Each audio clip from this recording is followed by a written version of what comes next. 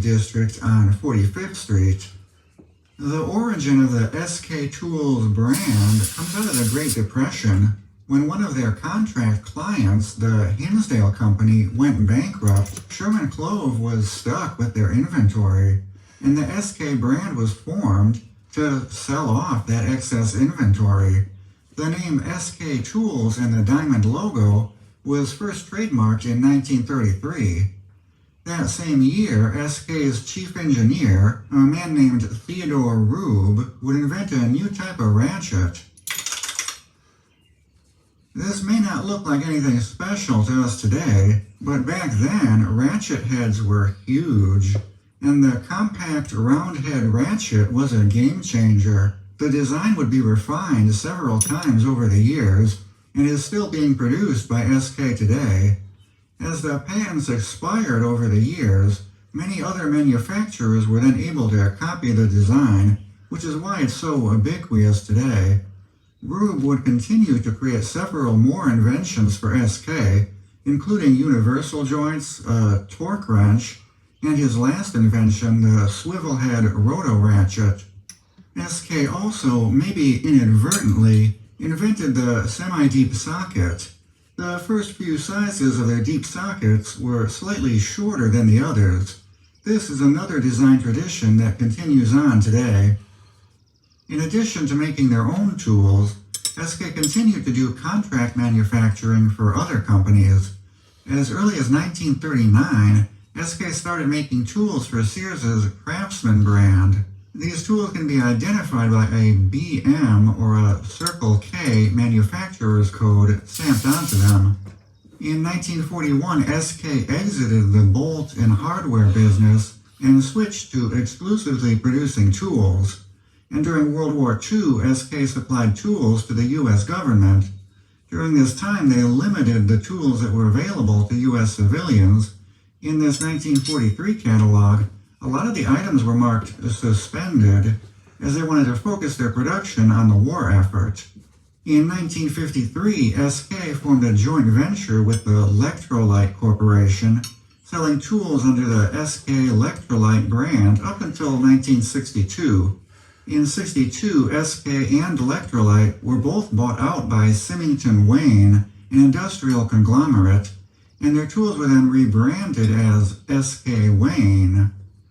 This ownership only lasted until 1968, when Symington Wayne was merged with another conglomerate, Dresser Industries. However, the tools would continue to be stamped SK Wayne for a few years after the Dresser merger. Dresser would switch to a cold extrusion method for forming the sockets. Dresser claimed this method resulted in both stronger and thinner sockets due to the unbroken grain pattern in the steel. Going into the 1970s, SK would become active in the racing circuit, sponsoring and making brand deals with drivers in drag racing, IndyCar, and NASCAR. Dubbed the Great Ones, ads featuring these drivers and race teams would be prevalent in Popular Mechanics magazine. Dresser would exit the hand tool business in 1983, selling SK to Corcoran Partners, a private equity firm, for $7.8 million. Upon taking over the company, Corcoran sued Dresser for fraud, alleging Dresser had misrepresented the financial condition of the company and had overvalued obsolete inventory, such as defective compressed powdered metal ratchet pawls.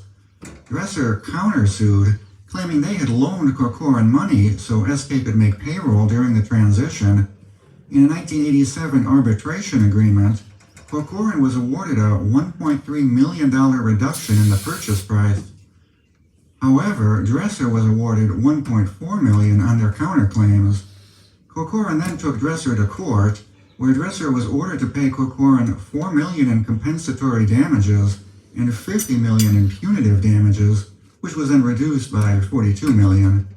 However, this judgment would be overturned on appeal in 1996. I could not find if a new lawsuit was ever filed after that, but while all this was going on, Corcoran had gone on to sell SK to Facom, a French tool company, in 1985. Facom continued to make SK tools here in the US, but also added some other rebranded Facom tools to the SK lineup. One example is these unusually shaped blue-handled screwdrivers. Dubbed the Ergo Twist, these were made in France. They also introduced an updated ratchet design, the Tough One, which featured a 72-tooth mechanism and a larger cross-shaped reversing lever.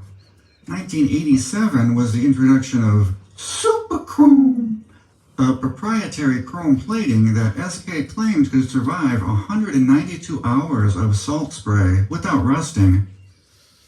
Facom went through some financial issues in the early 2000s, closing down plants in France and Germany, eventually being bought out by Stanley Works in 2006. SK, however, was spared this fate, as in 2005, the management of SK reached an agreement with Facom to buy back the brand. Unfortunately, this did not last long. The new independent SK declared bankruptcy in 2010. There were two interested parties listed in the bankruptcy filing, Ideal Industries and a private equity firm, VO Investments. SK ended up getting bought out by Ideal Industries. Ideal is a U.S. company that makes electrical connectors. They had a little bit of a tool haul in 2010. In addition to buying SK, they also bought out Western Forge and Pratt Reed. Ideal moved SK to a brand new factory in Sycamore, Illinois, and also leveraged their Western Forge plant to supplement production. Under Ideal, things were starting to look up for SK. This is when they came out with their X-frame ratcheting wrenches, which use a 6-pawl ratchet design, their dual-tooth ratchet mechanism, which could be used to double the effective tooth count in an older ratchet, and the LP90 90-tooth low-profile ratchets. They even had a Socket of the Month club, where you would get a socket in the mail every month. Coated with cocaine. However, things maybe weren't looking so good behind the scenes. Ideal shut down the Western Forge facility in 2020 No more cocaine. after failing to renegotiate their contract with Sears Craftsman, and in 2021, Ideal sold SK to Great Star, also known as Hangzhou Industrial. Great Star is a pretty big company in China. They make tools for the Duratech and WorkPro brands that you see on Amazon. In addition to buying SK, they also bought a few other American brands, Miller's Falls, Jorgensen, ShopVac, Arrow, and Goldblatt. Shortly after the SK acquisition, SK would be moved into ShopVac's Williamsport, Pennsylvania plant, and the nearly new plant Ideal had built in Sycamore was closed down. Great Star also promptly removed all country of origin markings from the tools themselves, so there is quite a bit of confusion and speculation online as to which SK tools are still being made here in the US and which ones are imported. To attempt to clear some of this up, I just emailed them, and surprisingly they responded back the same day. It turns out there is still a handful of SK products that are made here in the U.S. The ratchets are a combination of U.S. and global materials. Yeah. The LP90 ratchet is still U.S. made. The hook and pick set, those are made by Ullman. The turbo sockets are from AG Manufacturing. And the USA-made pliers are made for them by Wiley. All of these SK So, Superkromes were made in the some United stuff States is of still America. being made here. But a lot of the production appears to be contracted Let's take a out tour. to other companies. Those sockets available on Amazon and have that green stripe on them, that indicates that they're from China and are likely rebranded Duratechs. The new imported SK tools briefly made an appearance at Lowe's in 2023, but after a big Black Friday deal push, the products were moved to the clearance sections in the stores and are no longer offered for sale on Lowe's website. In 2024, SK launched a modular stackable toolbox system to compete with Milwaukee and Klein, so Great Star does appear to be making some attempts at revitalizing the brand. I guess that's the end of the SK story for now. Well, not quite. There is still one more piece to the SK story. But to tell it, we're going to have to fast travel to a different location. This is Berlin's House of Tools in Palatine, Illinois.